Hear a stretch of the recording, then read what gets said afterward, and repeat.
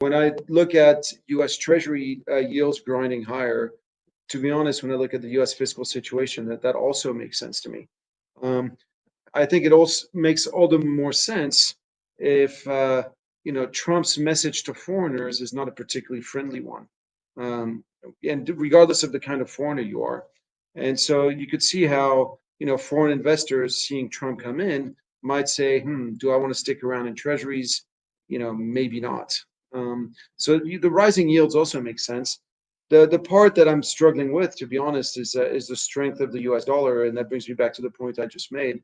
Is this an echo of 2016, where the election led to a brief rally and then it rolled over as people started to realize that actually, most of Trump's policies are fundamentally dollar bearish?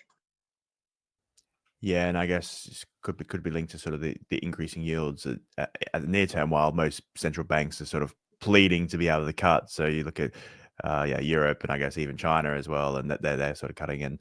Um, it does seem that the tariff, I guess, threat is also being why a lot of people are sort of being bullish dollar as well. Yeah, I guess so. And we've had big debates internally here about how bullish are tariffs for the U.S. dollar really. And yeah, I've been on the wrong side of that debate with my colleagues. Most of my colleagues felt, look, if we get a bunch of tariffs, um, it will drive the dollar higher because capital spending will move back into the U.S. I tend to view it a little bit differently. I think if you get a bunch of tariffs that end up hurting the U.S. consumer, um, and the U.S. economy slows down, I'm not sure that's great news for the dollar. But um, yeah, regardless, I think the consensus opinion today very much is, yep, tariffs equals stronger dollar. Um, but then again, he comes in when you got elected. He promised that on day one I'm going to do a bunch of tariffs against everybody. I love the word tariff. I'm going to use it here, there, and everywhere.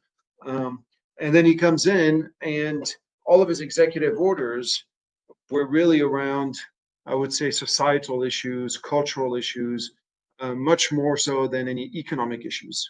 They were actually, when you go through, all those executive orders, there wasn't that much linked to the economy in there, and there was nothing on tariffs. So much so that during the press conference, he said, "Well, look, we might still do tariff on Feb 1st against Mexico and against Canada, um, but sitting here, I'm calling you from Hong Kong, and obviously we do a lot of business in China.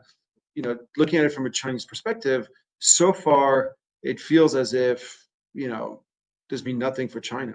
Like it's felt not so bad. Now, granted, we're 3 days in, so this could, by the time you publish this, I could be made to look like a complete idiot, and you could have had a bunch of new tariffs put in against China, but so far we haven't seen